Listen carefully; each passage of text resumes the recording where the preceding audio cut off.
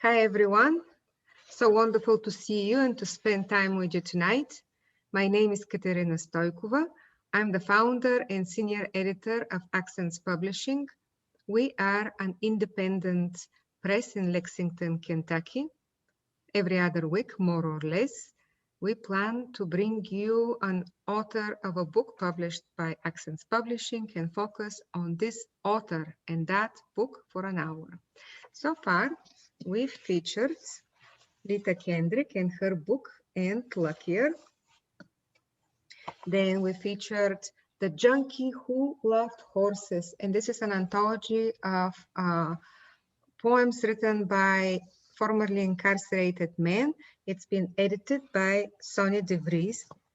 Then we featured Christopher McCurry's Open Burning. That is his first full-length collection.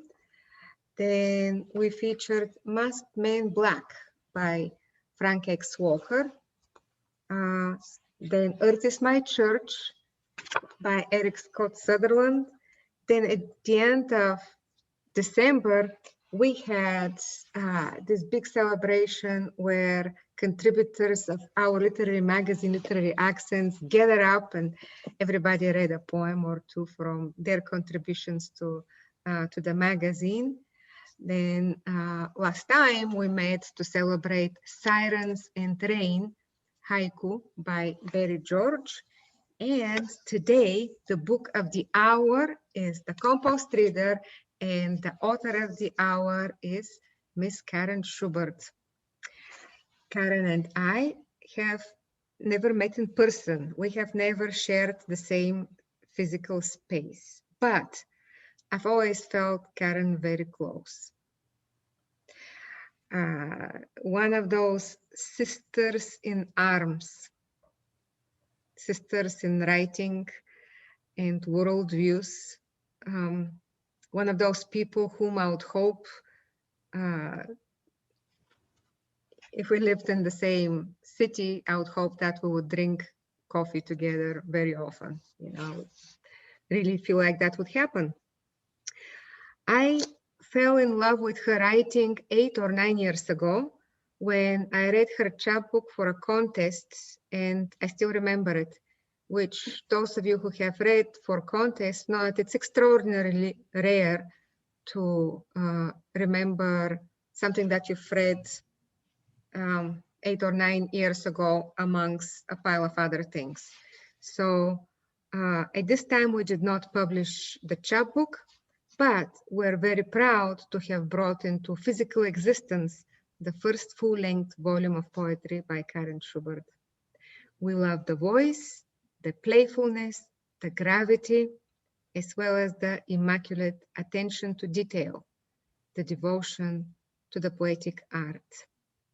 Kimberly Johnson says, this collection runs through the events of our life like the Ohio River runs through Schubert's native terrain, and like that river, it will arrive with more than when it started.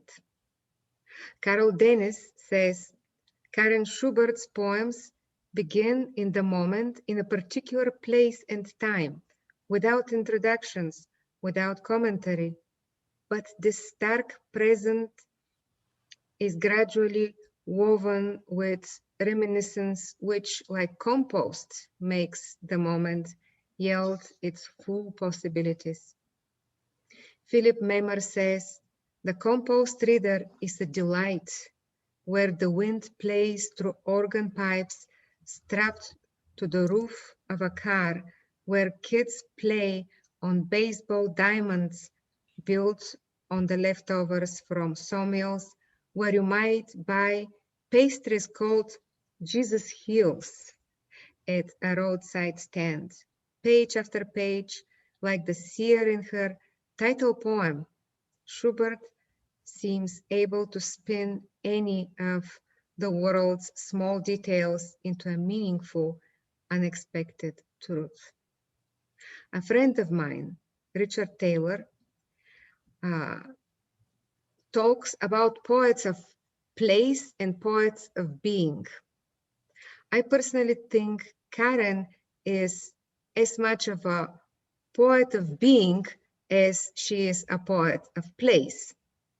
And she makes both being and place very much alive for all of us who enter her book. And we're here to celebrate her accomplishment. Please help me welcome poet Karen Schubert.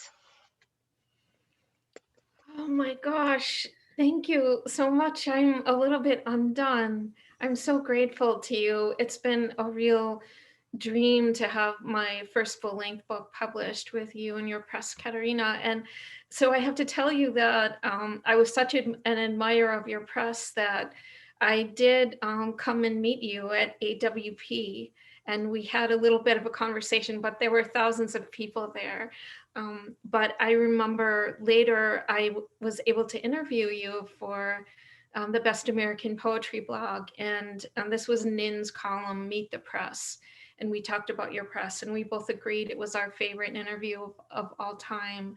Just so elegant and so insightful. So, which is the way it's been working with you. So thank you so much.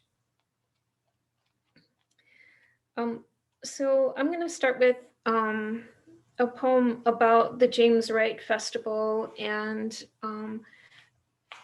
my fellow Ohioans will know that, and probably everyone knows that James Wright lived in Martins Ferry on the Ohio River, and there was a delightful annual festival there run by his lovely wife Annie and a terrific committee. And I went a couple of times. It's just an hour and change from where I live in North in Youngstown. This is I'm pretty sure this is the only sonnet I've ever written, and someone said, if you write a sonnet, you really should read it. Driving to the James Wright Poetry Festival and coming home. For Sal. We pack our poems and drive along the river, looking for the sign for Martins Ferry. And you are hearing stories of my father in morning glory fields in morning, where we lived when I was 5. The way you drive, so clean between the lines, unlike the water running brown beside its banks. It will arrive with more than when it started. What I see turn is time. The clocks on buildings old with brick, the towns, the child who plays in morning glories grown.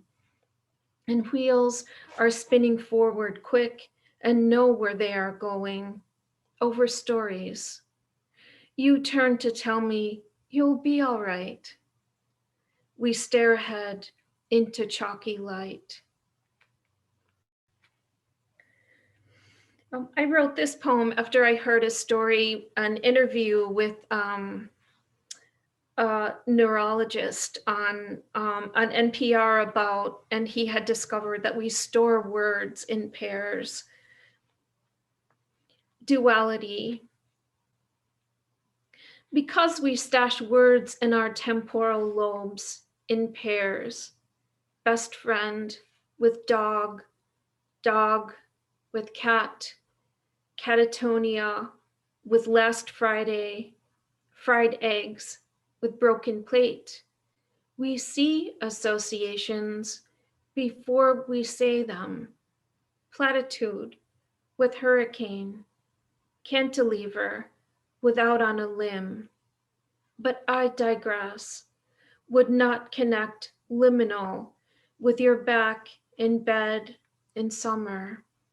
Don't say that somewhere could not follow armadillo that jumps when it's alarmed, not knowing the difference between rattlesnake and pickup.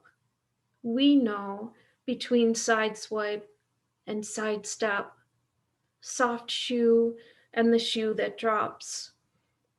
Your temporal lobe lit red. Can I?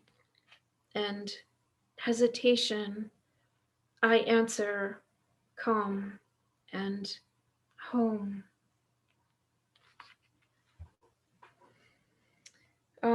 A few election cycles ago, I heard a politician say we couldn't possibly make any changes because that will cost jobs. And I started thinking about all the jobs that we've changed our minds about. And then I thought, what if there was like some sort of camp where you could go and actually try out all these jobs? So this is obsolete career camp. And just a few things to explain, perhaps. Thalidomide was a medication given to mothers just before me. I think by the time I was born, they weren't doing it anymore, but it was for sickness, and it caused horrific birth defects. Medicinal arsenic used to be a treatment for syphilis, I'm pretty sure. Medicinal arsenic, two words that should never go together. Mustard gas was a nerve agent used in World War I. And Agent Orange was a defoliant used in Vietnam.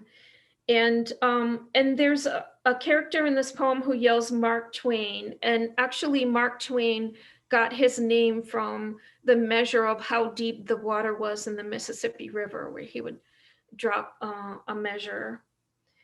And also an iron lung refers to the machine that people were put into when they had polio and became paralyzed, and it helped them breathe. They were just in a big metal cylinder with their heads sticking out.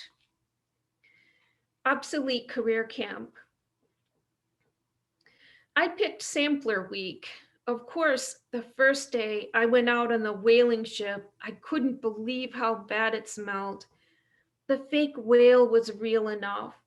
I thought it would make some noise when we heaved it up, and maybe it did, but we couldn't hear it in the air. I decided to stick with the Historic Hunters series and shot at a few fake buffalo from a train. We tracked Tasmanian wolves and even woolly mammoths. On chemistry day, we made DDT and gassed aquariums full of mosquitoes. We learned how so many chemists lost their jobs, the ones who made thalidomide, medicinal arsenic, mustard gas, Agent Orange, and lots of others. It was kind of sad. You hate to see people out of work. We got uniforms for Transportation Day and rode around yelling, Mark Twain and Pony Express. I fell off my chariot.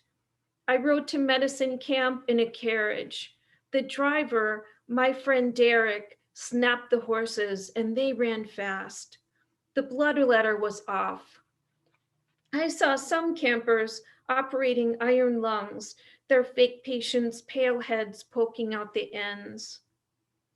On Civil War Times Day, we didn't bother with blacksmiths and coopers. We saw those at the fair, although cutting soldiers' legs off with saws was nothing we'd seen close. At the end of the week, the camp counselors asked us who we thought might be at obsolete career camp of the future. Coal miners, someone said. I could see myself going down into the pit, getting cold and shining that skinny light off my helmet. Maybe nuclear weapon builders, someone else said, or the people who make high fructose corn syrup. We nodded. We'd heard about that stuff. Or spam, said Derek. You're crazy, said Justin. I love spam. I love that poem. Just love that poem. Okay, I'll mute myself now. Thank you. The man who hates his wife asks me what he should do. I know why he asks me. I am the hated wife, the sticky lock, the tire that leaks. The wife is a medical technologist. He drives to Vermont to avoid her. I am the car, the dashes in the road that say it's safe to pass. She works late. He comes home, picks up a book. I am his crimson orchid, his meal of meat. I tell him to imagine a different life. He walks through the door, but I say, no, not this house. I am the changed number. He strokes the new dog, opens the scotch. The scotch is empty. I am the budget, the lawyer's bill on the only desk, the glass in the sink from yesterday's drink. I am the children he doesn't have. He cracks the spine of the new book.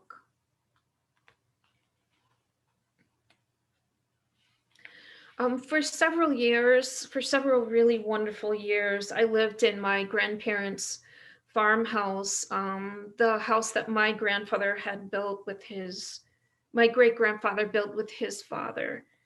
Nothing was square. Our neighbor called them shoemakers. They built one house where nothing was square, but I loved that house so very much. And it was out in the country and near the causeway that goes over Mosquito Lake, which was flooded when my mom was a kid. My grandfather walked that road all the way into Cortland. There was no lake there, but they flooded it for the steel mills.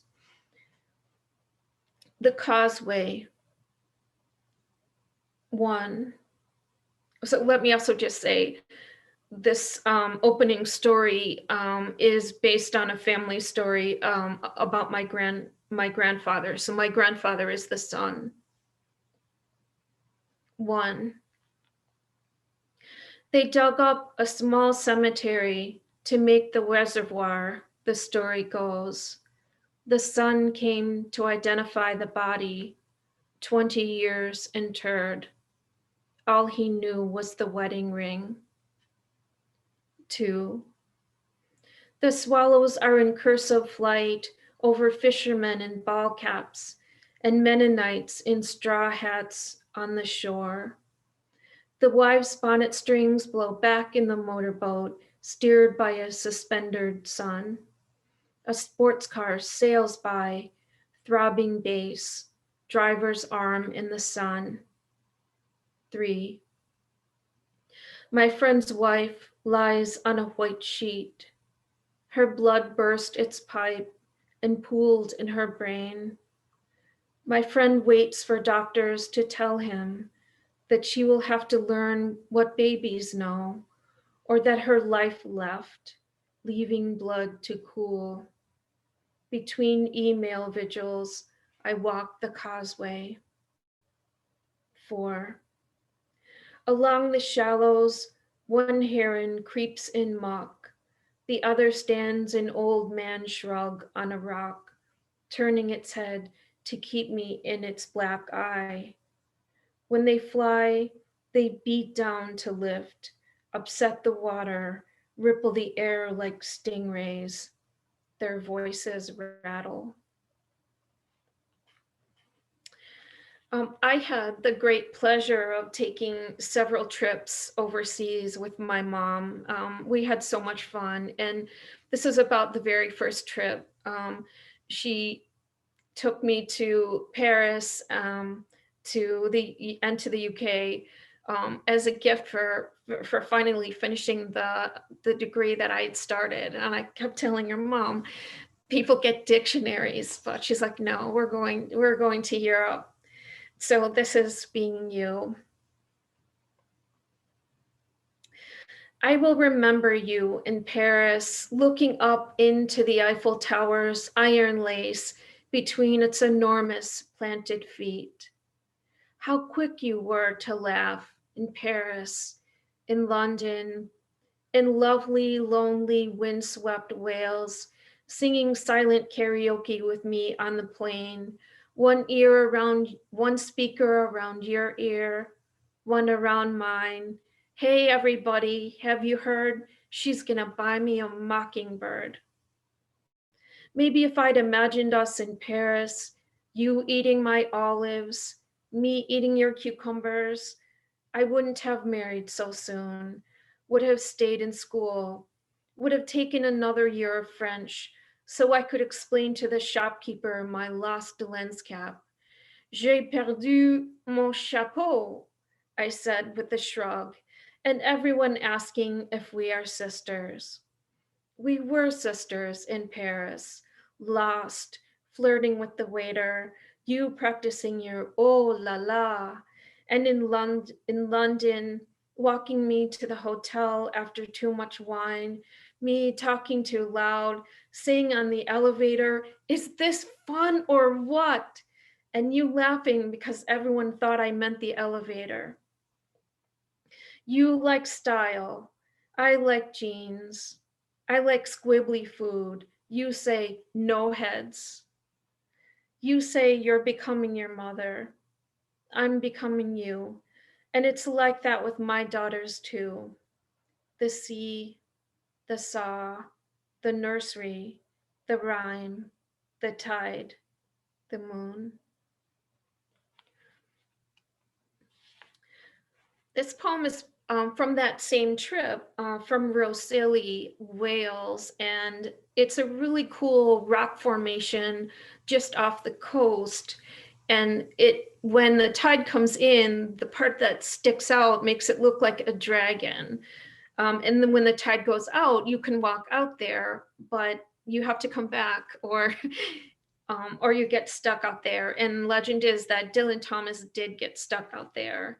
And the title is from his quote, "Why don't we live here always, always, and always?" After Dylan Thomas, take me back to Rosilly before I'm ashes, to this confluence of rock, water, green, heathered mist on my neck. Let me stand the edge, dizzying ledges of small flowers, pair of lovers over cold water tides, trapping poets, and dragon head drinking footsteps under blue suspended clouds, and gliders sown of red and promise. Find the fossil in the stone wall, follow the brown path to the end. Tea in the gift and tea shops, a cup to carry home from Rosilly, a breath of wild, a photo of your hair, side blown with gull song, your peaceful jaw, your arm held open.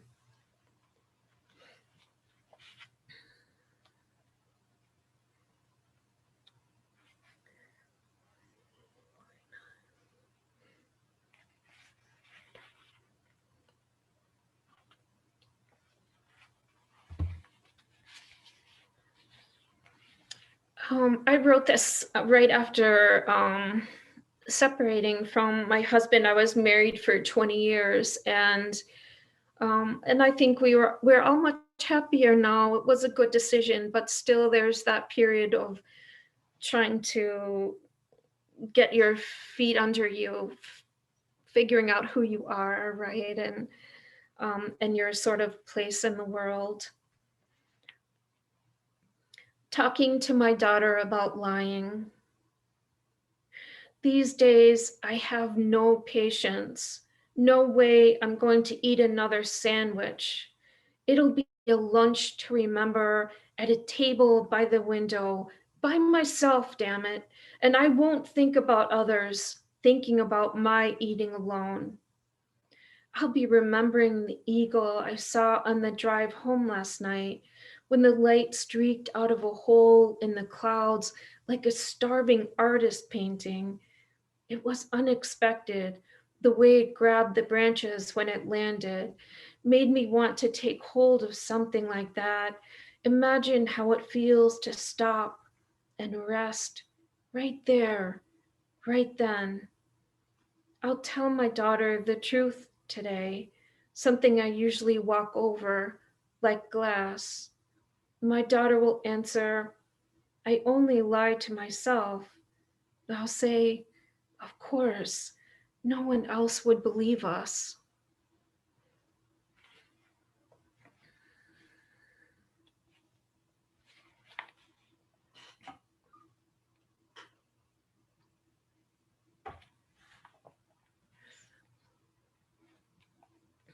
"5 inches of rain. There is water on Mill Road, but no barricade means it's not too high yet. You ease the car in, slip along, turn off the CD. Your heart is bass enough, but you know you're in too deep, too late. You crank your head around, click into reverse. Silence. Just the sibilants carrying cargo past your headlights, a child's pool, a swimming cat. You open your mouth and the water finds its level up and over the hood. You are saying, Jesus, Jesus, scale out the window onto the roof, call someone on your cell phone, wish you had a flashlight. A firefighter plucks you like an ripe armful of lilies.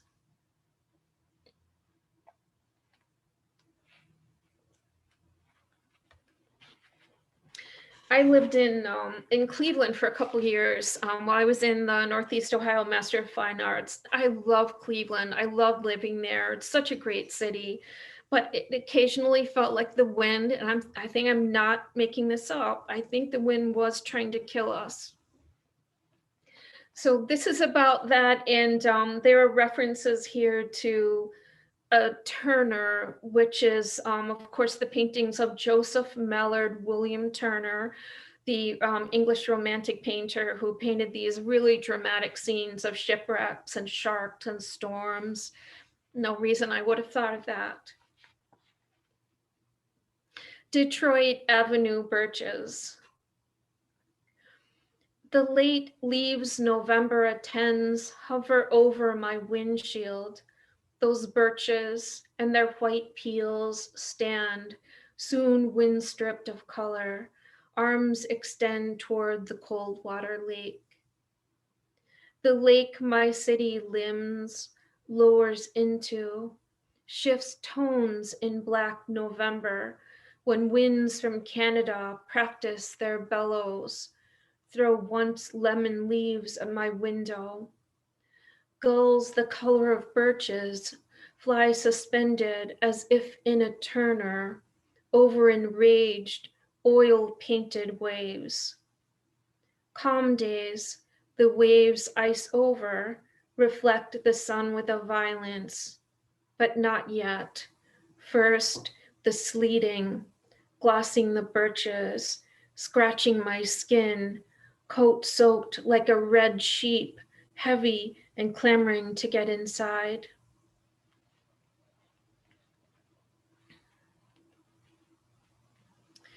How to feed the lover.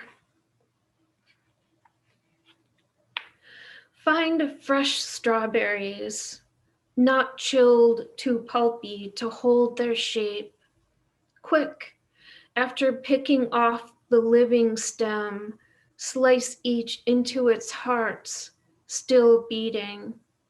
Lay them sweetly bleeding on a bed of cake, like his bed, so new he can't tell if he slept there, or greasy with the body outline, chalk mark, witness. Lay the slices over sinking butter, spoon cream on top, whipped to angels, or pinch the stem and suffocate in chocolate, or crush the flesh and fold into batter. Lick your fingers, they will be red for days. Save the ripest to feed your lover. Lean close, hear the crunch of the tiny bones. Taste like it will be the last thing in your mouth.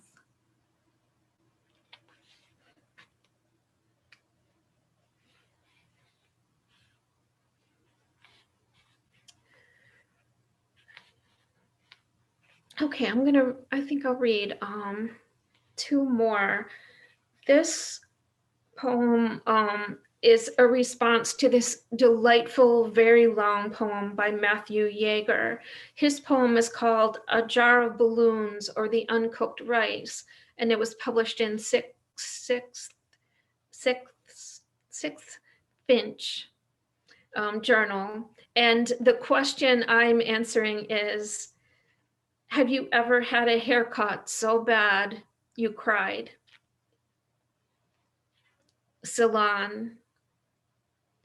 Haircuts were $13 at the beauty school, hand massage and facial included. The thing it cost was time. I don't mean the frocked students at the end of their program, lipsticked and cherry, applying to salons around the city, gripping shears and looking me in the mirror. They spoke in code to the teachers, 13 round, and graduation, which probably meant resistant to blow dryers and no neck. I love their ideas for cuts, wished I could tip. The new ones shook when they came out, tiny pandas on each purple fingernail, pics of toddlers in the mirror's edge, chatting me up. Are you from Cleveland? Do you have any kids? And then eyes all in, spritzing, pulling strands taut, brushing off for the instructor. Once I was there 3 hours. I used to tell my kids, the hard thing about life is we have to practice on real people. Once I forgot to tell my mom it was picture day. She scotch taped my bangs to my forehead and edged along with sewing scissors. Did your mom cut your hair? My teachers teased.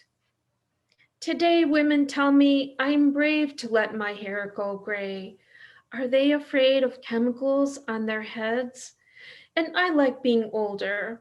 A few years back, my friend Sue and I thought we'd grow our hair long. Midlife crisis, our stylist friend muttered, and worked with us, but I gave up. I wanted curly hair once too, but the perm made orange fuzz, no good for a chunky blue comb or sweet black power pick from Cedar Point, where I worked one summer on the Matterhorn and Super Himalaya. Our rides weren't fast, didn't shake coins out of pockets like the ring of fire at the fair that holds screamers upside down until money spins down through the lights. Our rides tipped them back, and we harvested combs by the bag. When we found a camera, we took shots of each other before turning it in. Maybe you have a picture of me, so tan that summer, hair short and sun-streaked. I never had a haircut at the beauty school that made me cry, but once, years before, my friend laughed when I came through the door. He thought I'd messed it up on the porch. He thought it was a joke. And I'm going to end with the Compost Reader, the title poem. Just, you know how it is, poets. We just get an idea.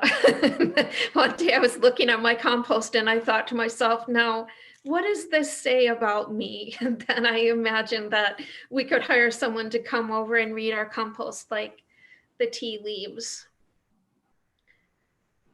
You are a person of contradiction.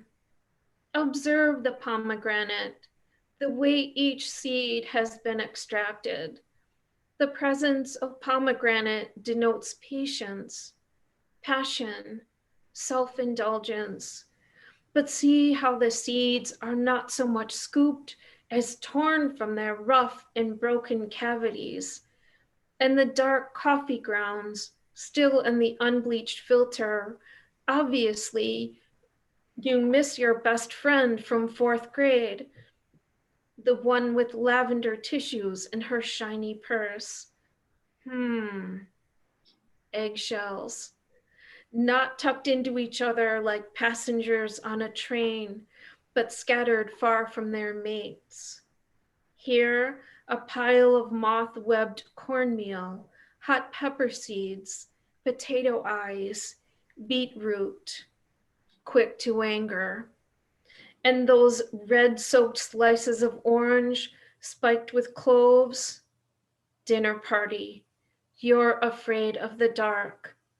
Look at the layers of leaves, not raked in fall, but scooped out from under snow to cover 11 baby roses and the charred skin of a butternut squash. It's not so much that you miss your friend and her rhinestone barrettes, her sisters with J names. You wanted to be her. Thank you so much. Thank you. Thank you, Karen, for a lovely reading. Thank you for this treat. And now, now who has questions? Feel free to ask them, just unmute and ask your questions. If you don't, I have a few of my own. Well, I'll just say I love the reading, Karen. I love the poems and I love how you read them. I really feel kind of spoken to. You're telling a story and it's really engaging. So congratulations on the book. Thank you so much. I'm taken with the difference in tone between the poems. There's always a little bit of like play with words and concepts, but I wonder with some of the poems that are funny, like the obsolete profession camp, whether you get into a mode of like a certain voice or a certain way of writing that's funnier or just observant, and there's an authorial distance between you and that subject, and whether that carries into other work or whether you shift back and forth between the more poignant poems, personal poems, and the ones that are sort of exploratory and where there's more distance between you and the poem. Thank you for that really thoughtful question. I think my poems all start out with the same voice, and I do a lot of editing. And after a while, after many revisions, often it will seem like the poem is taking on some kind of a shape and a voice. I like to mess around with tone, but it's tricky, right? Because I don't want to sound too melancholy or too much throwing shade or whatever it is. So I guess all the poems start with an idea, and then after a while, I see where they're going with that, all of those elements. But it's a great mix, so it's wonderful to have all those different moods and voices. Thanks, yeah. I appreciate that. But also a first book is a collection of poems written over generally a pretty long period of time, right? So yeah. I love humor and admire that you can do that. I consider myself a person who's cheery and humorous, but when I write, it never comes out as humor. And I don't know how you do that, but it's terrific. That obsolete jobs is wonderful. And there's lovely humor in the compost heap too. Just, I don't know where you get the ideas. Where did you, for example, get the idea for the obsolete jobs? What prompted that? Well, it was, yeah, as I said, I really was listening to a politician's speech who was, it was during the debate in the Pacific Northwest when they were talking about the spotted owl. And we can't possibly stop cutting down 1,000-year-old trees and save the spotted owl because jobs. And I think okay. that's just such a specious argument. We've changed our minds about a lot of things. Mm-hmm. I'll write about that. I'll write a poem about those. And then, but that's not very interesting, right? I think part of what makes humor, I think part of the challenge of humor is the tone that's telling it straight up, but it's silly enough that the reader like it doesn't fit in the frame, right? It's like, well, that's just silly. But the voice isn't really winking you. Get it? It's a joke, right? It's like, this has really happened, you know, like I love spam, right? But Yeah. it's funny to you because there are things that don't go together, like high fructose corn syrup and nuclear weapons, or the idea that it's really sad that scientists are out of work when they were making Agent Orange, or, you know, those things don't really go together. I think that's part of what makes it funny. And the speaker is kind of implying that that's just the way it is. Yeah, I think you really hit on something. The speaker is dead earnest about what they're saying. It's just that what they're saying is sort of goofy. Right. Like but the earnestness makes the humor. Yeah. Right. And yeah. Right. Like the Compost Reader too. Right. I mean, I have another poem called Death Wish. That starts out with this, that's kind of messing around with this idea that this saying that we have, oh, he or she died doing what we love, what they love. And I thought to myself, we sort of apply that unevenly, you know, like, what if I die of eating cake? I bet no one's going to say that. Oh, that's so great. She loved that cake. Right. So I thought, well, that's really funny. Let's mess around with that. So I think, we're always seeing those incongruities. I mean, our culture is just, in us, we are walking inconsistencies. I am too. So it's just fun to think about those things and then try to find a format to deliver that message. Well, you're magic at that, just magic. I just love it. I mean, I love your other work too, but I find humor really tough, and you do it so effortlessly. It's wonderful. Thanks. I really appreciate that. Thank you.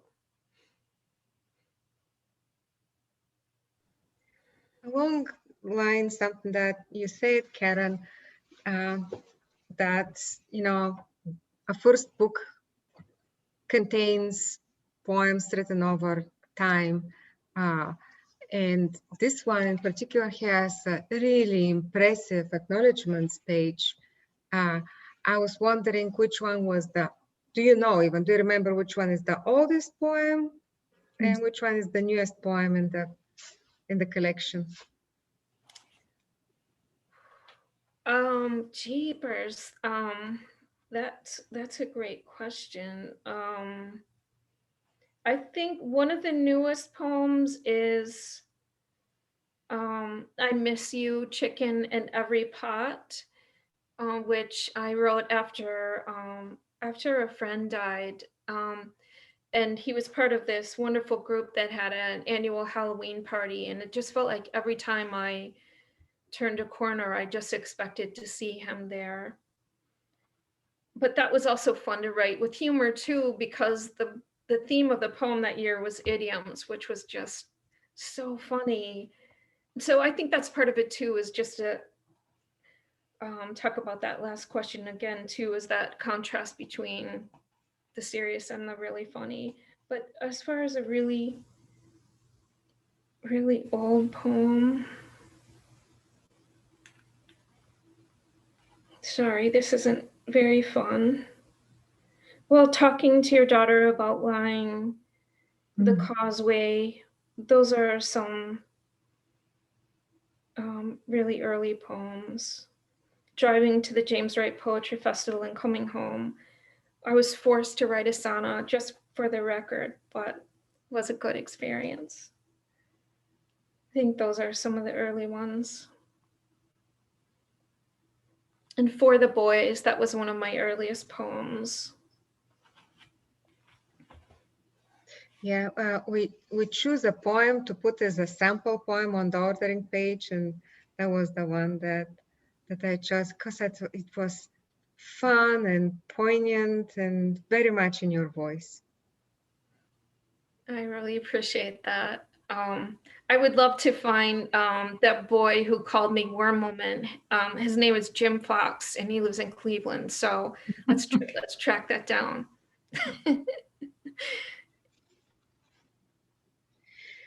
And you know, it takes a while to publish a book. Even after it's accepted, it still takes a while. I know that. So what are you writing these days? I am working on a collection of prose poems after a few years when my family lived in transient suburbia in Buffalo. We lived in this newish subdivision that was all duplexes. So there were millions of kids, but we were all sort of disconnected from our social context because it was transient. And it was just really interesting. In the late 60s, there's just this social plate tectonics going on all around us. And my family was all in transition and just so much going on. I remember those years so vividly. So I've been working on that for a couple of years, and I think I have most of the collection done. It's just a matter of sitting down and seeing if it will take shape. And I'm pretty sure I have enough other poems to put together another collection. So just a matter of carving out a day and sitting with them and seeing if that's the case.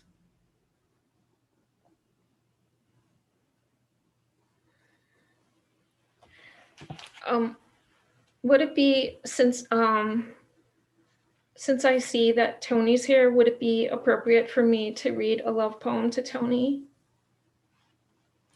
Of course. Absolutely. Yeah. Okay, this is for Tony. Love song. Elbows deep in compost. Now that's my idea of a date. You teasing out roots and me pulling peanut shells from the moist mix. We met late, unlike the prom date who teetered past our restaurant window on new heels, dress tight as a ski cap.